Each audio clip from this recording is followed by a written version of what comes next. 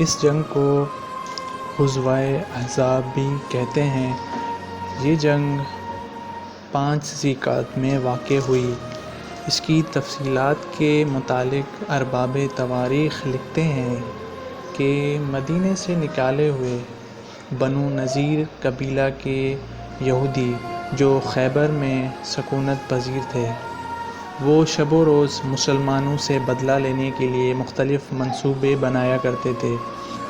دراصل وہ چاہتے تھے کہ کوئی ایسی شکل پیدا ہو جائے جس سے مسلمانوں کو نقصان اٹھانا پڑے۔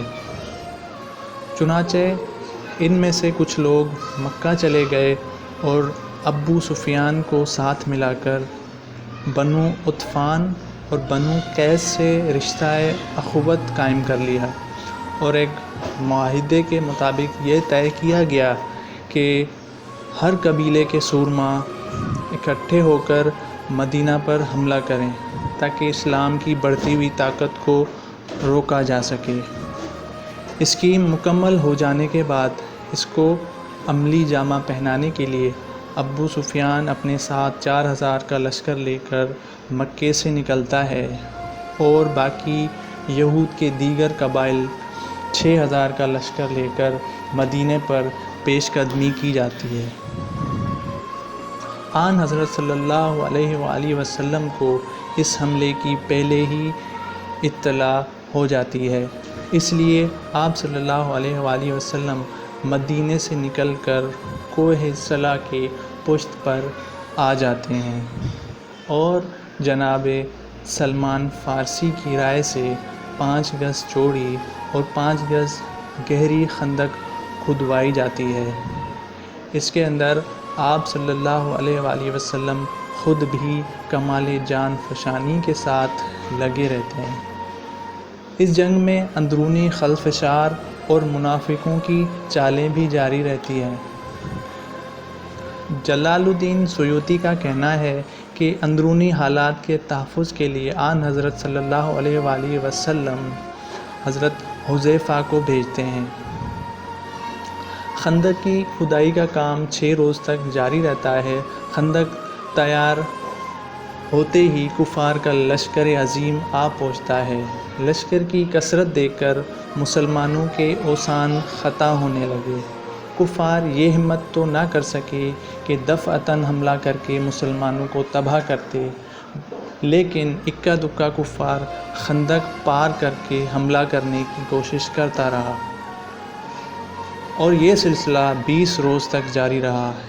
ایک دن عمرو بن عبدود جو لوی بن غالب کی نسل سے تھا اور عربوں میں 1000 بہادروں کے برابر مانا جاتا تھا، وہ خندق پھاند کر لشکر اسلامی تک آ پہنچا اور حل من مبارز کی صدا دی۔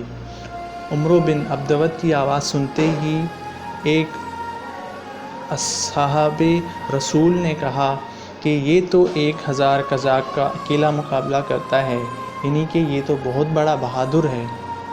یہ سن کر مسلمانوں کے رہ سہے ہوش بھی جاتے رہے۔ پیغمبر اسلام صلی اللہ علیہ وآلہ وسلم نے اس کی صدائے مبارزت پر لشکر اسلام کو مخاطب کر کے مقابلے کی ہمت دلائی، لیکن ایک بہادر نوجوان کے علاوہ کوئی بھی یہ آواز نہ سن سکا۔ تاریخ میں آتا ہے کہ آن حضرت صلی اللہ علیہ وآلہ وسلم نے اپنے اصحاب کو 3 مرتبہ مقابلے کے لیے نکلنے کی دعوت دی، لیکن مولا علی کے سوا کوئی بھی اس آواز پر لبیک نہیں بولا۔ تیسری مرتبہ آپ صلی اللہ علیہ وآلہ وسلم نے مولا علی سے کہا کہ یہ عمرو بن عبدود ہے۔ آپ نے عرض کی کہ میں بھی علی ابن ابی طالب ہوں۔ الغرض رسالت نے امامت کو میدان میں نکلنے کے لیے تیار کیا اور اپنی زرہ پہنائی، اپنی تلوار مولا علی کو دی، اور رسالت نے اپنا امامہ اپنے ہاتھوں سے مولا علی کے سر پر باندھا اور دعا کے لیے ہاتھ اٹھائے۔ دعا کے بعد مولا علی کو پیادہ روانہ کیا اور ساتھ ہی ساتھ آپ صلی اللہ علیہ وآلہ وسلم نے فرمایا کہ آج کل ایمان کل کفر کے مقابلے میں جا رہا ہے۔ الغرض آپ روانہ ہو کر عمرو بن عبدود کے مقابلے میں آ پہنچیں۔ علامہ شبلی کا کہنا ہے کہ مولا علی نے عمرو سے پوچھا کہ کیا واقعی تیرا یہ قول ہے کہ میدان جنگ میں اپنے مقابل کے 3 باتوں میں سے ایک ضرور قبول کرتا ہے؟ اس نے کہا ہاں۔ آپ نے کہا اسلام قبول کرو؟ اس نے کہا ناممکن ہے۔ پھر فرمایا جنگ گاہ سے واپس چلے جاؤ؟ کہا یہ بھی نہیں ہو سکتا۔ پھر مولا نے فرمایا آؤ اور مجھ سے نبرد آزما ہو جاؤ۔ اور یہ بات سن کر عمرو بن عبدود میدان میں اتر پڑا اور کہنے لگا مجھے یہ امید نہ تھی کہ آسمان کے نیچے کوئی ایسا شخص بھی ہو سکتا ہے کہ جو مجھے یہ کہے جو تم کہہ رہے ہو، مگر دیکھو میں تمہاری جان نہیں لینا چاہتا۔ غرض جنگ شروع ہو جاتی ہے اور 70 وار عمرو بن عبدود کی طرف سے کیے جاتے ہیں۔ مولا علی سنبھلنے کے بعد ایک ہاتھ مارتے ہیں تو عمرو بن عبدود زمین پر لوٹنے لگتے ہیں۔ مسلمانوں کو اس دست بے دست لڑائی کی بڑی فکر تھی، ہر ایک دعائیں مانگ رہا تھا۔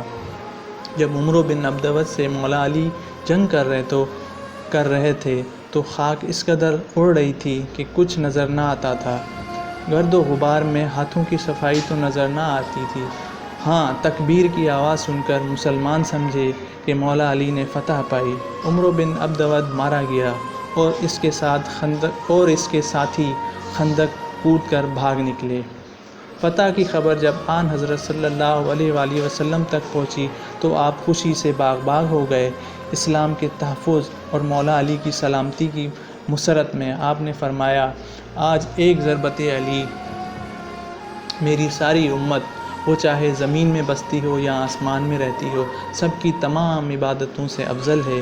بعض کتابوں میں آتا ہے کہ عمرو بن عبدود کے سینے پر مولا علی سوار ہو کر سر کاٹنا ہی چاہتے تھے کہ اس نے چہرہ اقدس سے لعاب دہن سے بے ادبی کی۔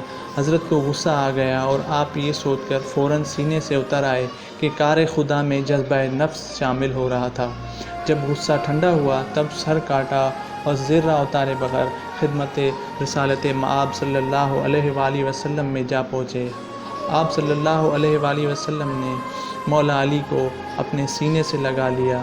بروایت سلیمان قندوزی، جبرائیل علیہ السلام آسمان سے انار کا تحفہ لاتے ہیں جس میں سبز رنگ کا رومال ہوتا ہے اور اس پر علی ولی اللہ لکھا ہوا ہوتا ہے۔ مولا علی میدان جنگ سے کامیابی و کامرانی کے ساتھ واپس ہوتے ہیں اور عمرو بن عبدود کی بہن بھائی کے لاش پر پہنچی اور بدستور زرہ اس کے جسم پر دیکھ کر کہتی ہے اسے کسی بہت ہی معزز بہادر نے قتل کیا ہے۔ اس کے بعد چند اشعار پڑھتی ہے جن کا مطلب یہ ہے کہ اے عمرو، اگر تجھے اس قاتل کے علاوہ کوئی اور قتل کرتا تو میں ساری عمر تجھ پر گریہ کرتی۔ آپ کو ہماری یہ ویڈیو کیسی لگی کمنٹس میں ضرور بتائیے گا اور ہمارے چینل کو سبسکرائب اینڈ لائک کیجیے گا۔ Thank you for watching.